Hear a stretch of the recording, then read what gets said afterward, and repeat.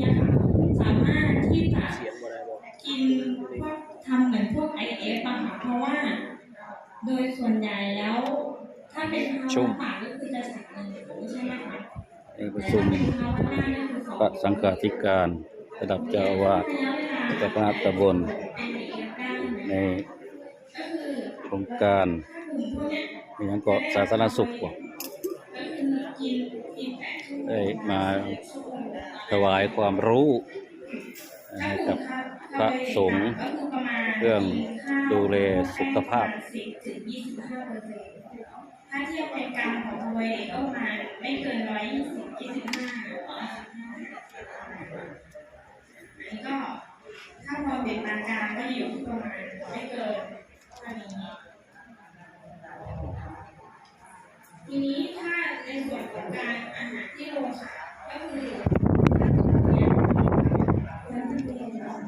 คนเคยนอนเว้นก็จะนอนเว้นกันนะเราเลยค่ะโจ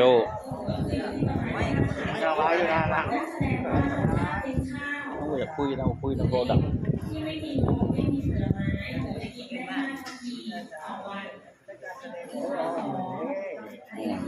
ว่าไปปล่อยผมมีนะผมแปลงอยู่นะโอ้งาบเล่นนี่นะซื้อมาจากบ้านนี่นะแกงอยู่ไหนอันนี้กลุ่มงานเลขาเข้มปัดยอด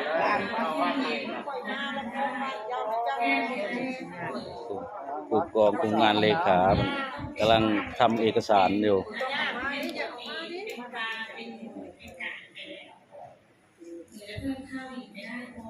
กำลังทำเอกสารเลขาแดงเยี่ยมพิมพ์มันถือเด้อเยี่ยมฮะบอกไปนั่งอันนี้นั่งเขียนไปนั่งเขียนแม่ว่าเขียนสื่อได้ขนาดไหนได้ประมาณอะไรเยอะก็คูณ30ก็จะได้พลังงานตัวนี้มันยังไรอยู่กับสมัยนั้นมาตลอดได้มาตลอดได้จังกันนานต้องอร่อยได้ต้องอร่อยถ่ายวันนี้มาเดือนค่ะจะร่วมดูนี้ก็บุญอยู่ใส่ร่วมก็ร่วมแล้วทีนี้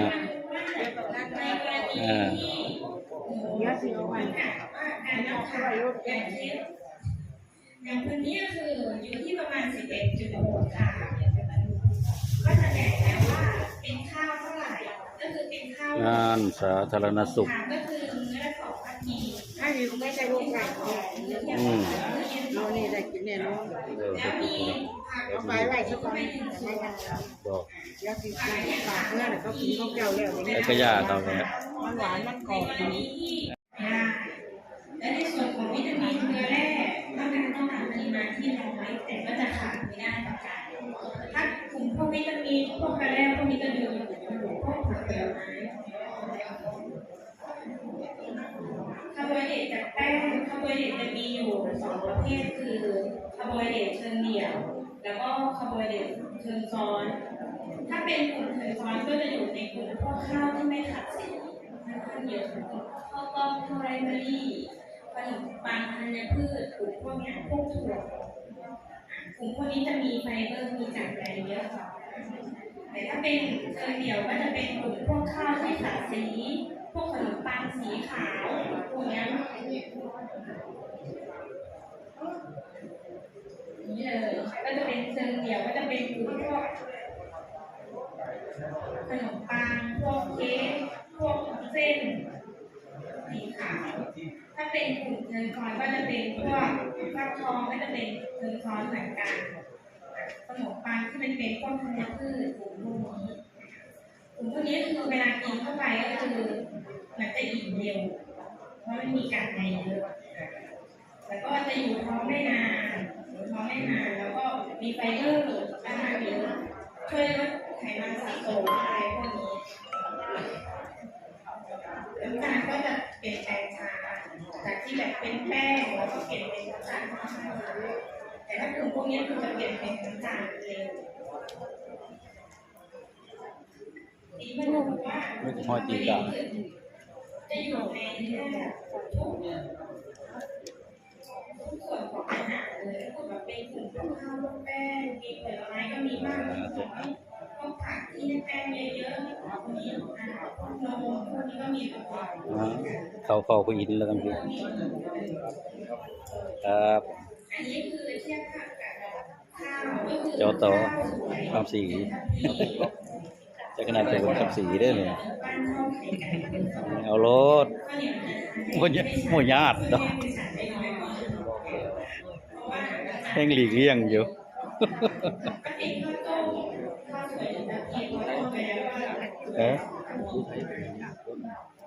ยากจังวะต้องลอยน้ำเขาจะบอกสูตรให้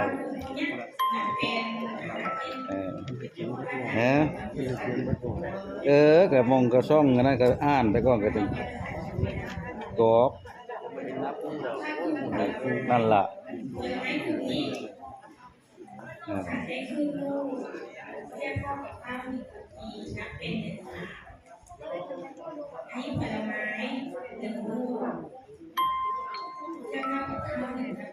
เลขาเพิ่นระบบเอกสารเลขา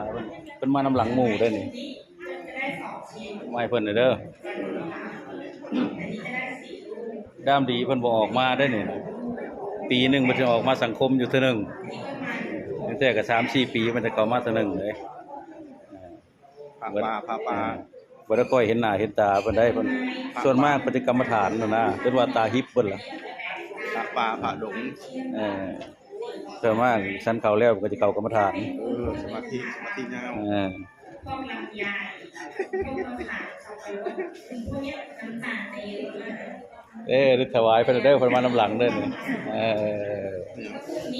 อันนี้อัดผู้ดัง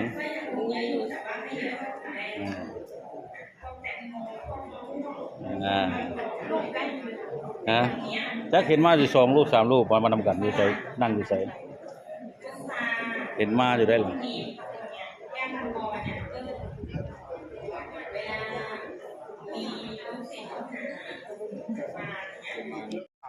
พวกมื้อนี้เพิ่นรวมกลุ่มกันได้เหมือนมันจะวัคคีทั้ง5ระบ่นี่5ลูกเอาหัวหน้าเลขาตอนนี้เอาหัวหน้าเลขามันจะวัคคีเพิ่นยังยาคู่โป่งเด้อยังบ่ทันเห็นเลยนะรวมกลุ่มเอายากได้เนาะให้ว่าเป็นเลขาเนี่ยผู้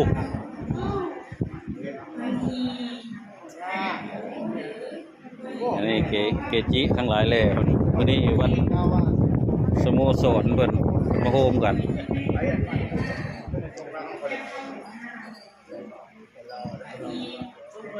นี่ฮอดพี่ได้เนี่ยวัน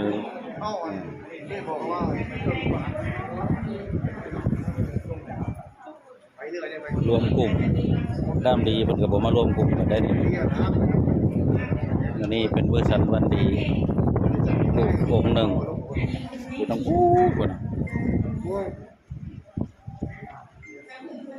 ใช้น้ำตาลแทนนมหวานหรือไม่มีน้ำตาลพวกนี้อะไรก็ใช้อย่างนี้พวกที่เราจะไม่มีก็จะเป็นถ้าเป็นโน้ตเวลาธรรมดาประกอบ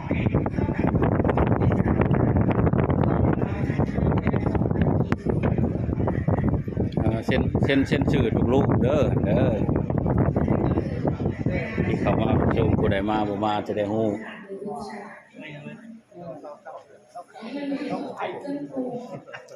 ชี้ตั้งเลยเนาะก็เป็นหน้าก็กลายกินปลาตั้งก็บุญยังบ่ทันมาแค่ว่าลองยังทันเห็นนะยังบ่ทันเห็นละมาอยู่เราสั่งข้าวสวยเราสั่งข้าวสวยประมาณ 10 โมงนี่เราสิสั่งเด้อวัดป่าเราท่านกันเข้าแล้วเราสิมาบ่ายพุ่นแหละ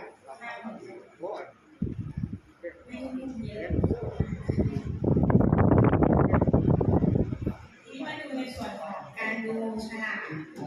ก็คือถ้าเป็นนมหรือเป็นขนมเป็นอาหารเป็นขนมปังอย่างเงี้ยก็จะบอกแล้วว่าเขา เดตเท่าไหร่ถ้าเป็นกลุ่มพวกเป็นข้าวเป็นอาหารที่มันเป็น เสียเบิดเลยเด้อนี่นะ ถ้า17 เอาใส่กล้องเสียเด้อ ก็คือ1 บาทจะมีอะไรนะตามเท่าไหร่พยายามดูฉลากเวลา อันนี้ฟังบรรยายเรื่องน้ำตาลได้บ่เครื่องดื่มโดยเฉพาะแล้วผสมผลมากมักกับเครื่องดื่ม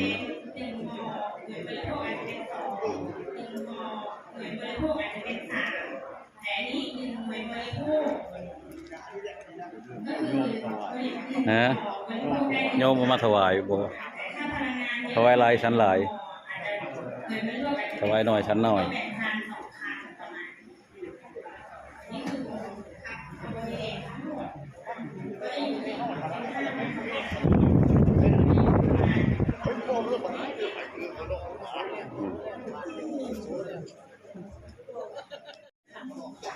มาส่องเบิ่งทั้งเครื่องดื่มบาดๆนะเพิ่นหาก็เว้าเรื่องเบาหวานเมื่อกี้นี้พากันใส่ให้หรือบ่อยบ่ได้บาดนี่เพิ่นน่ะมันก็บ่เซาไปจักเทื่อแล้วเนาะ อย่าไปเชื่อหมอหลาย มันก็เพิ่มเบาหวานตัวนี้นะ อย่าไปเชื่อหมอหลาย เราเรื่องน้ำตกน้ำตาลหลายเพิ่นว่า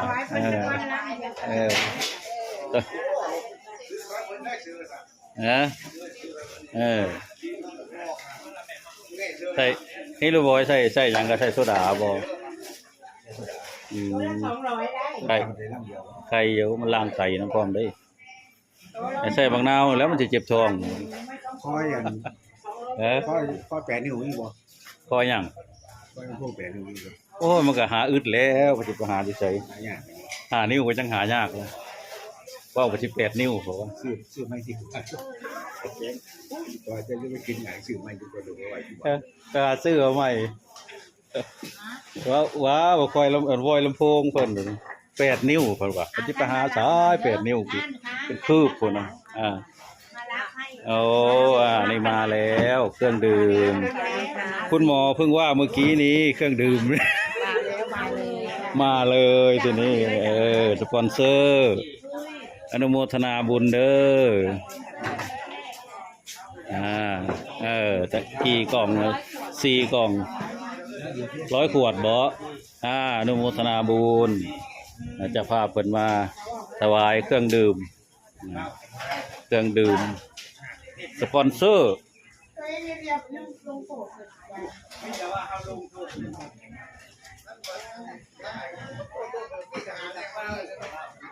จำนวน100 ขวดกันมาถวายแต่พระสงฆ์ผู้เข้าร่วม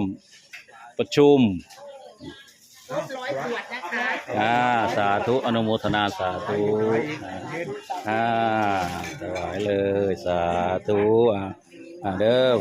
อิทิตังปฏิตังตุมหังคิปะเมวะสมิจฉันตุสัพเพปุเรนตุสังกปาจันโทปนะละโสยถามณิโชติละโสยถาสัพพิติโยวิวัฏชันตุสัพพโรโควินัสตุมาเตภวัตวันตรายโยสุขีทีคายุโกภวะอภิวาทนาสีริสนิจจังวุฒาปัจจายิโนจัตตาโลธรรมาวัฏฏันติอายุวันโนสุขังพะลังเฮงๆมันหมานเด้อเมื่อเอาเครื่องย่างหอมก่อนสาธุมาอันน้องขวัญใจช่วยเอาไปแช่นะเอาไปแช่รูปบัตรเพิ่นมาถวายแล้วเพิ่นอบรมไปซื้อดอกคุณหมอกันเพิ่นนั่งกินหลายก็เฮาไปโรงพยาบาลมีแต่ของหวานเพิ่นเอามาถวาย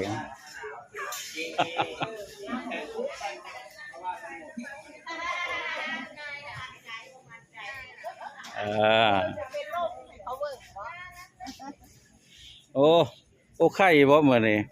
โอ้ยลอยเด้เนาะมีหลายอย่างอยู่ค่ะไม่ใช่ไข่ธรรมดานะคะไข่เค็มค่ะยิ่งพูดเรื่องโรคไตเมื่อไข่เค็มก็ว่าโรคไตอยู่ด้วยนี่เด้อถ้าหมอเพิ่นกำลังบรรยายเรื่องโรคไตอยู่มาเห็นไข่เค็มเด้อบาดนี้อนุโมทนาบุญ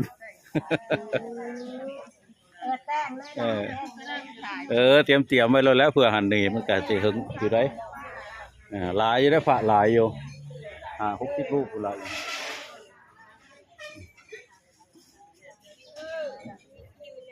เบิดตัวนี้สิบ้านน้ำเที่ยงเนาะเบิดบ้านเนาะโอ้กระโพดดอกเนาะฮะ 2 บ้านดอนสวรรค์กับน้ำเที่ยง รถสวรรค์ก็มา3 คนบ้านน้ำเที่ยงก็3-4 คน โอ้นเขาอยู่ครัว เราอยู่ครัวบ่ทานจ้าทาน ทานรออยู่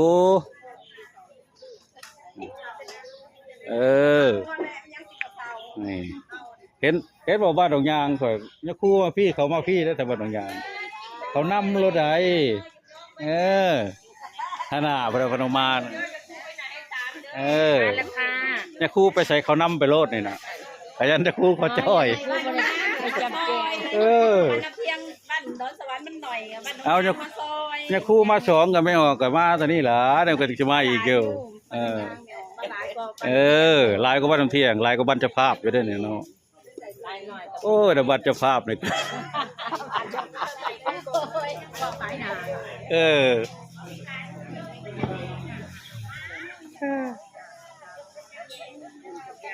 นี่แล้วเอานี่แล้วไป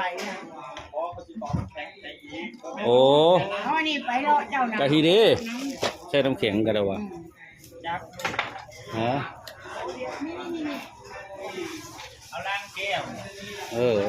เอาลังก็ได้มีบ่ลังเป่ามีบ่น้ำแข็งจะไปใส่ใส่นี่เข้าไปพุ่นแล้วถวายพระใส่นี่ก็ได้ถาดนี่ก็ได้บ่ยากครับน้ำแข็งมันจังเต็มเบิดแล้วก็จะมากรอกเอาไว้อยู่ดอกจังแล้วก็เอากระติกมาไปเอากระติกมาตั้งไว้นี่กรอกใส่เรื่อยๆเอาว่าไม่รู้บัดนี้มันจะได้ออกดูถูกคนใดเจ้าบอกเคยเรียนหนังสือก็ออกไปรายงานเขาก็ต้องเอามือไปพร้อมได้ฮิปไปแล้วปากน้ำฮิปไปน้ำมาสิไฮดีอันนี้แผนกน้ำหวาน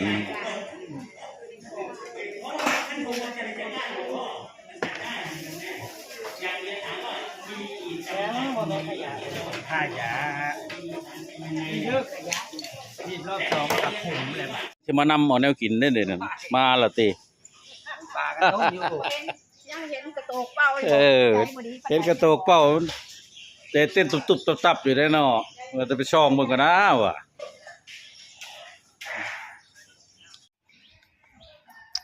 นี่มาช่องเบิ่งทั้งครัวบะเบิ่งช่องมึงไม่ออกทั้งครัวก่อนเด้อบาดเนี่ยไม่ได้อะไรคือหน่อยเทะเป็นชาวบ้านน้ำเที่ยงเลยนะ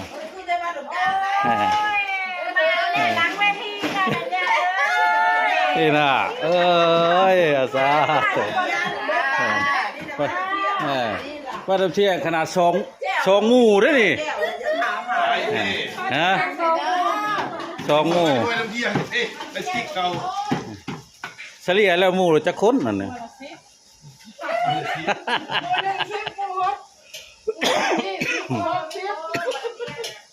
ผู้ใหญ่ได้ก็สิได้ละขอโครงการร่วมเลยเด้อ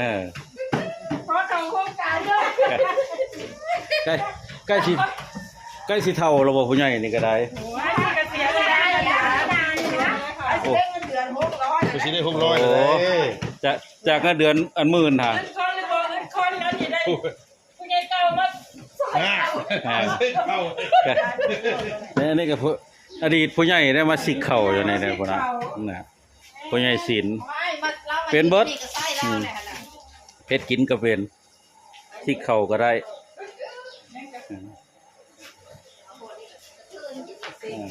1 รถตำหุ่งก็จะเผาตำแต่เว้นหลายมันคล้ายเครื่อง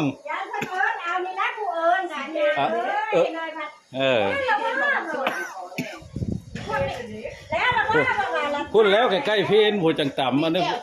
มันหลอกคลายเครื่องแก้วอย่าลืมเด้อแก้วมีอย่าตำพุ่งแก้วตำพุ่งละแก้วบ่มีอยู่แต่ นี่ตำบักหุ่งแล้วเนาะอันนี้ก็มักอยู่ตำบักหุ่งก็ได้ แก้วไม่รู้แต่ว่าต้องแจ้งให้พระเจ้าจะหมด เมื่อวานนี่ก็ตำบักแตงเสียอย่างเดียวใส่บักพริกหลายโพดบักแตงหน่อย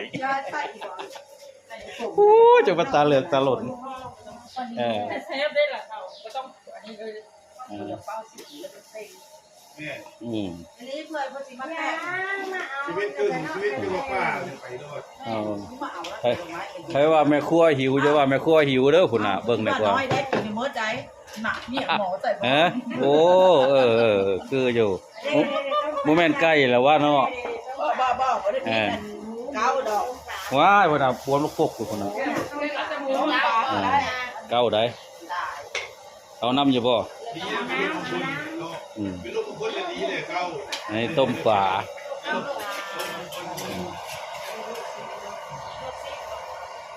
หมู่บ่พาเป็นก็เป็นหนูโพดโพล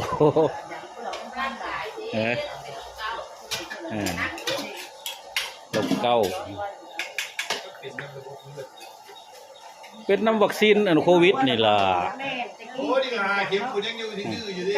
มันบ่ทันได้เป็นนะหัวเข่าเห็นนะหัวเข่ามัน แต่ว่ามันยากบ่ได้ดีคือมันบ่ได้ปลูก แค่นั้นแหละผลพวงของมัน หาเลยหาเลาะเรื่อย เตรียมให้นะ มีบุกแม่ครัวบ่ไม่ยังไอ้ขี้ปลาบ่ ดีป๋า นี่ เป็นแม่ไปเฮ็ดน่ะ ฮะเอาก็เฮ็ดตัวนี้แล้วก็ขัวกระทอดตัวนี้จะใส่นี่เนาะผู้ใหญ่เล่นเด้เราเฮ็ดแซ่บอยู่ได้ โอ้ไปตู้ก็ได้กระโบกโลดนางๆมาสวนนั่นท่านเนาะย่าบ่ท่านเด้อ ฮะ อันนี้นะ พวกขี้ปลาฮะโอ้ยอันนี้มันแซ่บไปเสิเมื่อกินอยู่เฮือนเพิ่นนี่ควงกระทอด อันนี้นะลูกหันเลยที่โมให้เลย บ่คือขัวข้าวเดียวเด้อมันจะพอหานาทีนี่จ้ะ ยังย่าเดี๋ยวสิเอาไปให้มื้อใหม่ซะก่อนยกวางก่อนนี่นะ มกขี้ปลานี่ล่ะ ที่ป่ามื้อใหม่เด้อ โอ้มันสิบ่จืดซะก่อนบ่เนาะอ่ะเฮ็ดแม่ผู้ใหญ่ศิลป์ได้เฮ็ดเป็นฮะ ไปนี่เอาได้นั่นน่ะที่โมเลยฮะน่ะ แต่ เมื่อนาน อ่านก็ใส่หม้อครัวโลดแหละเนาะอุโลดแหละอุแล้วก็ซอยหอมซอยใส่บักพริกจักหน้อยอันนั้น นั่งกันตรงไหนกับตรงนั้นแล้วดิ โอ้ยวันใหม่บ่ได้มาแล้ววันใหม่นี่ คนที่บ่ให้ไปเมื่อวันบ่ได้นะ ไป อีกนึกแล้วบ่ได้ไปแล้วจ้ะบ่ได้ทัน กายย่างกายวันนี้ขี่ป่าคือเก่าเลย เรากินปลากับแก้วอ่ะจ้ะอัน เออ เพิ่นทักแก้วอ่ะจ้ะ มื้ออื่นนี่ก็ว่าสิชวนแต่บ้านเอาขี้ดินไปถมมันโศกนี่นั่นอยู่ มองหลังวัดน่ะคือบ่ตัดถนนเยอะๆหลังวัด หลังมองหลังวัดแล้วบ่เป็นดินนะเขาอยู่มันบ่เป็นตาตัดดอกขี้ยาหลายมันแล่นชงกันอยู่เช้าชาดึกดื่นเที่ยงคืนก็ได้บ่ไหวผมเยอะๆผมเลือกเที่ยวดีๆให้ระบบ แปลว่าเขาสิปิดอยู่หั่น ดินไปเถอะ ของครูแต๋วเจือนแล้วมันเจือนลงไปเพียงพี่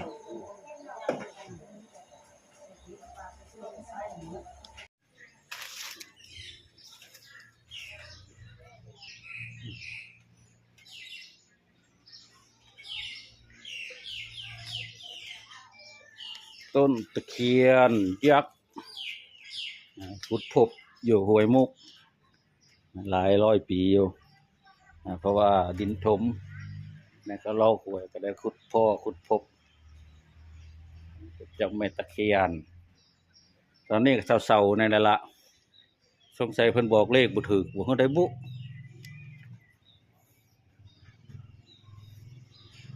ตอนมาใหม่ๆเพิ่นให้เลขดีขัง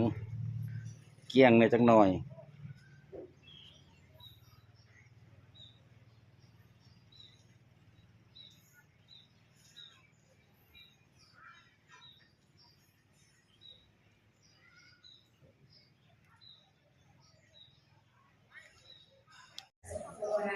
เพราะเราอ่ะผลโฟรายที่อยู่ในยาสีฟันของโฟรายที่ช่วยป้องกันฟันสีได้ด้วยนะคะอย่างที่สองก็คือการควบคุมไม่ให้โรคลุกลามเมื่อเกิดฟันผุในระยะแรกเริ่มเราเห็นเป็นรูยังไม่มีอาการ โอ้ยไม่แต่บ่ดงยางนั่นนี่นะแฮงไปเว้าอ้างก็อยู่บ่ดงยางหลายกว่าบัดนั้น เคียงบ่ดอนสวรรค์บ่ มีแต่คนที่ส่ง อันนี้เข้าสู่ทักษะการ สามคนอยู่ครัวหั่น ให้สะอาดที่เรียนไป ว่าดอนที่ แล้ว ว่าดอนสวรรค์หลายกว่า ในช่องปากไม่ว่าจะเป็นฟันผุหรือโรค หั่นกับบ้านอื่น แผ่นคราบจุลินทรีย์ใช่ไหมคะการแปรงฟัน แต่แกก็เอาเรื่องอะไรว่าดอนสวรรค์นึกว่า โรคฟันผุและโรคเหงื่อเสียที่ให้ผลที่สุดง่ายที่สุดนะคะเราไม่ต้องรอให้มันเจ็บปวดแล้วต้องไปพบทันตแพทย์นะคะเสียเวลาเสียค่าใช้จ่ายแล้วก็เจ็บปวดด้วยนะคะในบางกรณีนะคะแผ่นคราบจุลินทรีย์ที่เกาะบริเวณผิวฟันไม่สามารถขจัดได้โดยการบ้วนออกนะคะต้องแปรงเท่านั้นนะคะ จะไปลง YouTube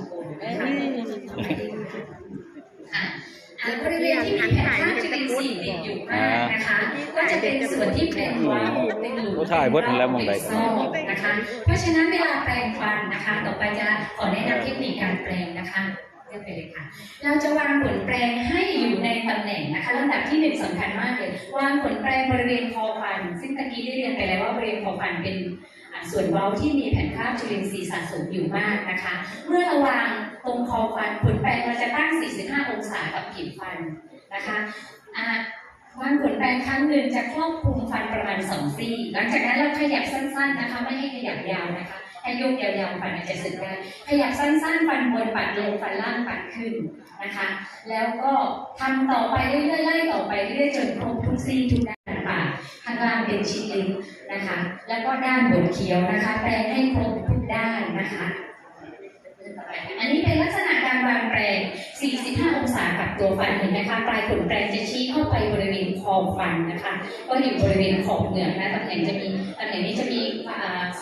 ความคลอดแล้วก็มีร่องเหงือกนะคะคราบจุลินทรีย์ก็จะสะสมบริเวณนั้นต่อไปเลยค่ะนะคะการแปรงฟันเห็นไหมคะเห็นลักษณะการวางแปรงอันนี้ด้านนอกด้านฟันบนเนาะด้านนอกด้านในด้านล่าง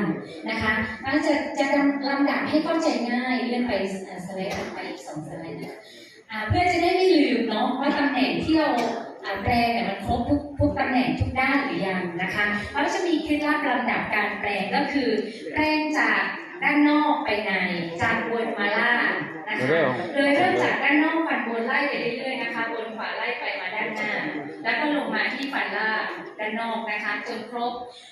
ลำดับที่2แปรงด้านในฟันบนไล่ไปเรื่อยๆนะคะฟันบนขวาไล่มาฟันหน้าลงมาบนซ้ายลงมาล่างซ้ายมาหน้าล่างแล้วก็ล่างขวานะคะและลำดับที่3คือแปรงด้านบนเคี้ยวของฟันบนไล่ไปเรื่อยๆค่ะจากขวามาซ้ายแล้วก็ลงมาข้างล่างซ้ายมาขวาจนครบอย่างนี้เขาเรียกวนตามเข็มนาฬิกาเนาะถ้าเรามองเพื่อนนะคะประมาณนี้นะคะเป็นวงกลมนะคะสไลด์ต่อไปเลยค่ะการเลือกแปรงสีฟันก็สำคัญนะคะก่อนแนะนำเลือกแปรงที่ขนนุ่มปลายขนแปรงไม่มีความคมด้ามแปรงจับขนาดมือหัวแปรง เส้นแปลงทองเห ข ลือง นาดพอเหมาะกับช่องปากนะคะ เพื่อที่จะซอกซอนเข้าไปถึงซี่ในสุดนะคะแปรงได้สะอาดนะคะเรื่องอะไรค่ะใส่เข้าไป ไม่คุณท่า ใช้ เขา ขนแปรงแข็งนะคะดีที่นำเสนอไปแล้วขนแปรงแข็ง มันดีกว่าแปรง ไปมา มือเลย แร ตะ งๆ กี้ จะเกิดคอฟันสึกแบบนี้ มันรักษา ซึ่ง แก้ว มัก เจ็ จะ บ พ ความ บ ใด ได้บ่อยในผู้สูงอายุ แม่น นะคะเราจะต้องไปทำการดีฟันนะ ต้องค่อยต้อง ปล่อยอย่างนี้ ไม่ค่อยไม่กระทา เปลี่ยนพฤติกรรมการแปรงแค่ขยับสั้นๆเนาะถ้าเรายังโยกยาวอยู่ก็จะเป็นอย่างนี้ คู่ของเขาอยู่ ปล่อยเข้าไปถึงชั้นประสาทฟันปวดฟันแล้วต้องได้ถอนฟันไปในที่สุดนะคะ ถ้ายังไม่มีอาการสามารถดูได้แต่ถ้ามันปล่อย อ